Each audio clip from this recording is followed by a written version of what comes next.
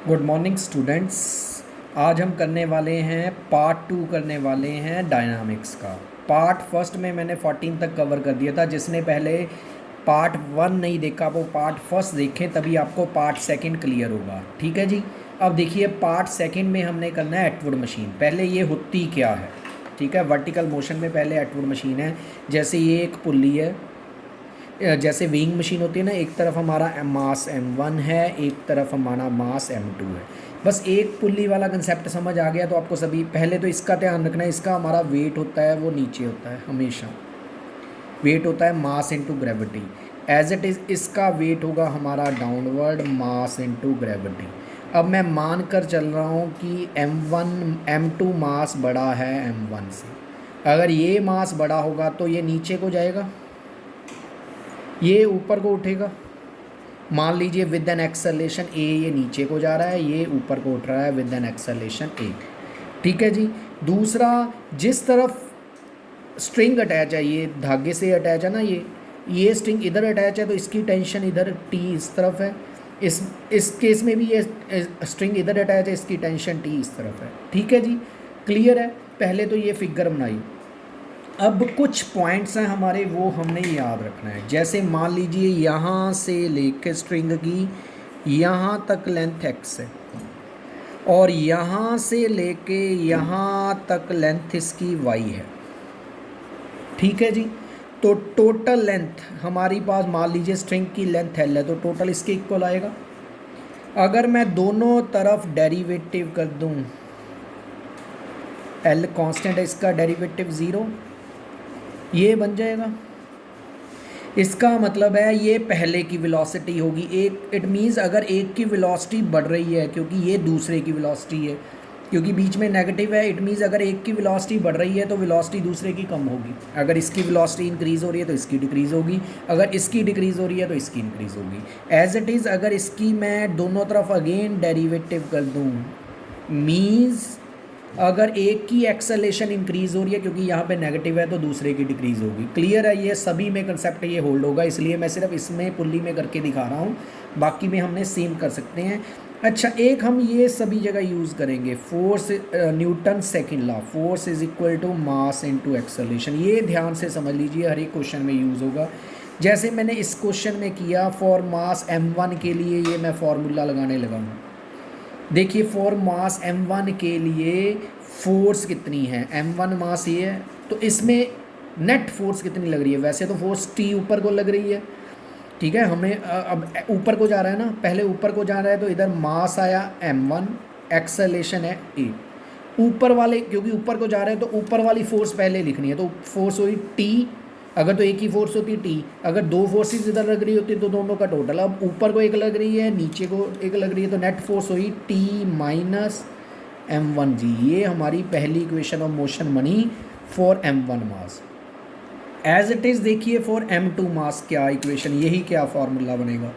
देखिए मास हुआ m2, acceleration है a, ठीक है, यही है, मास m2 है, एक्सेलेरेशन a है। अब बॉडी नीचे को आ जा रही है तो पहले नीचे वाली फोर्स लिखनी है। नीचे वाली फोर्स है m2 जी, ये अपोजिट है, t अपोजिट है, ये सेकंड फोर्स में। देखिए बस मेन ये दो इक्वेशंस बनानी है, उससे हमारा आंसर आएगा। ठीक है, फोर्स जिस तरफ पार्टिकल जा रहा है पहले वो फोर्स, अगर दो फोर्सेस उधर लगी है तो दोनों का टोटल, और अपोजिट लगी है वो minus, is equal to mass into acceleration. ये ऐसे ही है दूसरे की। अब यही मैंने इक्वेशंस इसमें ड्राइव की हैं, देखिए ध्यान से मैंने यही किया। ये तो पहले वही है कि एक की वेलोसिटी अगर बढ़ेगी तो दूसरे की कम होगी। ठीक है जी, ये तो क्लियर है। ये ध्यान रखना, इसमें मैंने m1 को बड़ा मानना है तो ये नीचे जाएगा, ये ऊपर उठेगा। क्लियर है, चलें आगे। अब देखिए ये मैंने इक्वेशन दोबारा से बनाया डायग्राम। अब यहाँ पे ये m2 वही सेम फिगर कि ये नीचे को, ये पहली इक्वेशन बनी, ये सेकंड। अब सभी क्वेश्चंस में आगे सेम यही, पहले तो दो इक्वेशन बनाकर पहले दोनों को ऐड कर लेना है। अगर मैं इन दोनों को ऐड करूँगा ये t से t कैंसिल हो जाएगा, उससे एक्सेलरेशन आ जाएगी। ये आपने याद ही रखनी है। फॉर एटवुड मशीन एक्सेलरेशन ये होती है। इसमें ये भी याद रखना है कि ये फार्मूला तब है अगर m2 बड़ा है m1 से।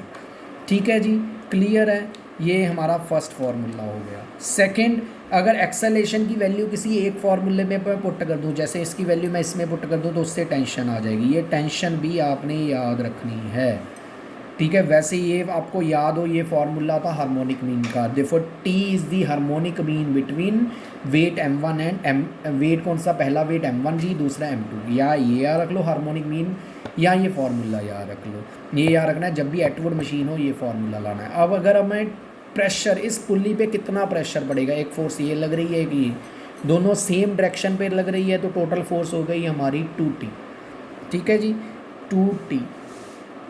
2 टेंशन की हमारी वैल्यू पुट कर दी, टी की वैल्यू, ये हमारा प्रेशर निकालने का ये फॉर्मूला है। क्लियर है जी। चलें आगे, इजी है ये तो। चलो अगला देखते हैं। अब जैसे हमारे पास ये हो, अगर ये एक वेट, तो ये हमारा कोई मेज हो, एक हमारा मास यहाँ पे पड़ा है m2, ठीक है जी। इसको एक धागे से अटैच किए, यहाँ पे एक पुल्ली है उसके ओवर से क्रॉस किया, एक वेट हमारा मास m1 नीचे है। अब इसका वेट कहाँ होगा, नीचे को लगेगा। इसका वेट हमेशा 90 डिग्री पे, वेट हमेशा नीचे को होगा, ठीक है जी। अब ये इधर अटैच है, इसकी टेंशन टी इधर होगी, ये इधर अटैच है, इसकी टेंशन इधर होगी। अगर क्योंकि ये नीचे टांगा हुआ है तो ये नीचे जाएगी ऐसे, क्लियर है। विद एन एक्सेलेरेशन ये नीचे जाएगा, ये एक्सेलेरेशन ए से इधर जाएगा। अब फिर वही formula, force is equal to mass into acceleration. देखिए पहले m1 के लिए, पहले m1 के लिए फोर्स कितनी आई, पहले नीचे वाली लिखनी है, m1 g minus opposite is equal to mass है हमारा m1, एक्सेलेरेशन है, ठीक है।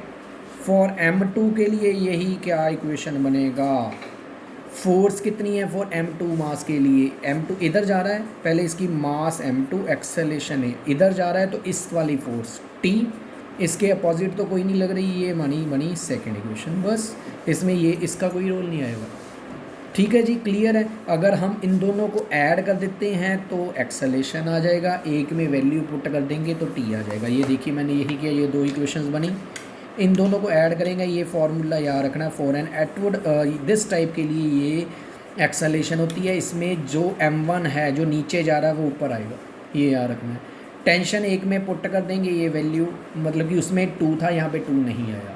एंड प्रेशर क्या होगा ये ध्यान रखना है, ये मैं स्टैटिक्स वाले पोर्शन में कवर करूँगा। अगर दो फोर्सेस हैं वो कुछ एंगल बना रही हैं तो नेट फोर्स, रिजल्टेंट कहते हैं उसको, नेट फोर्स निकालने का ये फॉर्मूला होता है, पहले फोर्स का स्क्वायर, दूसरे का 2pq into cos of the angle between them, ठीक है जी। जैसे इसमें है, अगर हमने इन दोनों में प्रेशर निकालना है तो पहली फोर्स का स्क्वायर प्लस दूसरी फोर्स का स्क्वायर इंटू इन दोनों में एंगल, ये एंगल कितना है, ये थीटा 90 डिग्री है, पुट कर दिए, कॉस 90 0, तो ये बन गया T square plus T square, 2t square, 2 बाहर आ गया। इससे हमारा ये भी याद रखना है आपने, फॉर अगर एक वेट नीचे को टंगा हो तो प्रेशर निकालने का ये फॉर्मूला है। क्लियर है जी, इजी है, इसमें तो कुछ नहीं करने के लिए, ठीक है जी। अब आगे चले। अच्छा, आगे वाला आर्टिकल काफ़ी काम का है जी, बहुत जगह यूज़ होगा। अगर हमारे पास एक इंक्लाइंड प्लेन है, जैसे ये देखिए, अगर नेक्स्ट हम करेंगे, ये मैं बना कर दिखा रहा हूँ, ये ऐसा होता है इंक्लाइंड प्लेन। जैसे हमारी कोई पॉडी बनी हुई है, ये हमारा ग्राउंड है, ये कुछ ऊपर उठा हुआ है with an angle of inclination alpha. अगर मान लीजिए यहाँ पे एक वेट पड़ा है, ठीक है जी। अब ये वेट, इसका बॉडी का वेट तो हमेशा परपेंडिकुलर होगा, ये mg, ठीक है जी। अब इसमें टेंशन नहीं होगी क्योंकि कोई भी स्ट्रिंग नहीं है, ठीक है।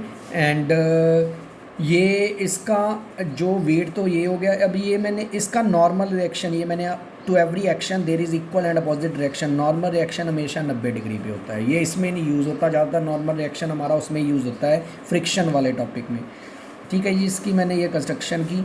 अब ये याद रखना, अगर ये एंगल अल्फ़ा है तो ये एंगल भी अल्फ़ा होगा। कई बुक वाले तो ये सीधा लिख देते हैं, वैसे यहाँ से आया, अगर ये अल्फ़ा है, ये 90 डिग्री है, तो तीनों का एंगल 180 डिग्री होगा, सम 180 डिग्री होगा, तो ये 90 माइनस अल्फ़ा आ जाएगा, ठीक है। ये अल्फ़ा है, ये 90 डिग्री है, तो ये 90 माइनस अल्फ़ा, देन क्योंकि ये पूरा 90 है, ये 90 माइनस अल्फ़ा, तो ये अल्फ़ा होगा। ये याद ही रखना, अगर ये अल्फ़ा है, ये पक्का अल्फ़ा होगा, ठीक है जी। अब हमने वैसे ही अब फिजिक्स का रूल याद रखना है, जिसके साथ एंगल हो, ये एम जी है, ये रूल याद रखना है। अगर हमारे पास ये है, ये पी है, ये एक्स एक्सिस है, ये वाई एक्सिस है। वैसे मैं उसमें कराऊंगा अपना स्टैटिक्स में, अगर पी है ये एंगल थीटा है, जिसके साथ एंगल हो ये यहाँ से यहाँ तक होता है कॉस थीटा, इसके 90 डिग्री में होता है पी साइन थीटा। अब ये देखिए ये एम जी है, जिसके साथ एंगल है वो होगा एम जी कॉस, इसके 90 डिग्री, ये 90 डिग्री होगा इसका, यहाँ पे होगा m g sine of alpha. Clear है। अब बॉडी देखिए अपने वेट से ऊपर तो जा नहीं सकती, कुछ नहीं फोर्स लगाई ऊपर खींचने के लिए, अपने वेट से बॉडी नीचे को जाएगी विद एन एक्सेलेरेशन है। ठीक है जी। अब उसकी इक्वेशन ऑफ मोशन क्या होगी, फिर वही formula, force is equal to mass into acceleration. Mass है हमारा m, एक्सेलेरेशन हमने मानी है a, क्योंकि नीचे को जा रही है, नीचे वाली फोर्स है m g cos sine alpha, ऊपर कोई फोर्स नहीं है, देफोर ये कैंसिल हो गया। देफोर अगर कभी भी बॉडी नीचे जा रही हो, अगर तो फेंकते हैं नीचे, ये याद रखना, अगर नीचे फेंकते हैं तो एक्सेलेरेशन g, अगर ऊपर फेंकते हैं एक्सेलेरेशन माइनस g। अगर नीचे इंक्लाइंड प्लेन पे नीचे आ रही है तो acceleration is a is equal to g sine alpha. ठीक है जी। एंड इसमें ये भी कह सकते हैं, क्योंकि to every action there is equal and opposite direction, Newton third नियम के अकॉर्डिंग आर किसके इक्वल होगा, ये ऊपर लगा हुआ है, ये नीचे। आई होप आपको इजीली अंडरस्टैंड हो गया होगा, मेरे ख्याल से तो ये कोई प्रॉब्लम नहीं आनी चाहिए। ठीक है जी। इसका ये फ़ायदा है, बस सिंपल ये याद रखना है, जब भी हमारा इंक्लाइंड प्लेन हो, अगर पार्ट बॉडी नीचे जा रही हो तो एक्सेलेरेशन इतनी होती है। इसका क्या फ़ायदा है, हमें पता है v is equal to u plus a t होता है। अगर बॉडी नीचे जा रही है तो एक्सेलेरेशन की वैल्यू पुट करनी है g sine alpha into T, अगर बॉडी नीचे है। अगर इंक्लाइंड प्लेन के ऊपर जा रही है तो एक्सेलेरेशन होगी माइनस g साइन अल्फा, ये याद रखना है जी आपने। क्लियर है। चलो यही मैंने इसमें किया है, ये एक्सेलेरेशन निकल गई, r किसके इक्वल आएगा एम जी कॉस अल्फ़ा के। एंड फॉर अगर बॉडी नीचे जा रही है तो एक्सेलेरेशन g साइन अल्फ़ा है, अगर ऊपर जा रही हो, अगर ऊपर खींच रहा हो कोई, तो एक्सेलेरेशन निकालने का फॉर्मूला है माइनस g साइन अल्फ़ा। अब इसके कुछ स्पेशल केसेस हैं जी, वो ध्यान रखने हैं। जैसे पहला है कि हमारा ये इंक्लाइंड प्लेन था ना, ऐसे ये हाईएस्ट पॉइंट पे पहुंचने में उसे कितना टाइम लगेगा। अब हमें पता है तब तक चलता रहेगा, कब तक बॉडी ऊपर चलती रहेगी, जब तक उसकी वेलोसिटी, फाइनल वेलोसिटी जाके ज़ीरो नहीं हो जाती। अब हमें पता है v is equal to u plus a t होता है। एट दी हाईएस्ट पॉइंट पे वेलोसिटी कितनी होगी, ज़ीरो। एक्सेलेरेशन कितनी है जब भी ऊपर चलते हैं, माइनस g साइन अल्फ़ा है, यही है। इसकी वैल्यू इसमें पुट करती, ये हमारा आया time to reach highest point. Okay. अब ये भी पूछ सकता है कि हमें हाईएस्ट पॉइंट यहाँ से यहाँ तक पहुँचने में, ये वाला, उसको कितना डिस्टेंस ट्रैवल किया, हमने ये निकालना है ए बी।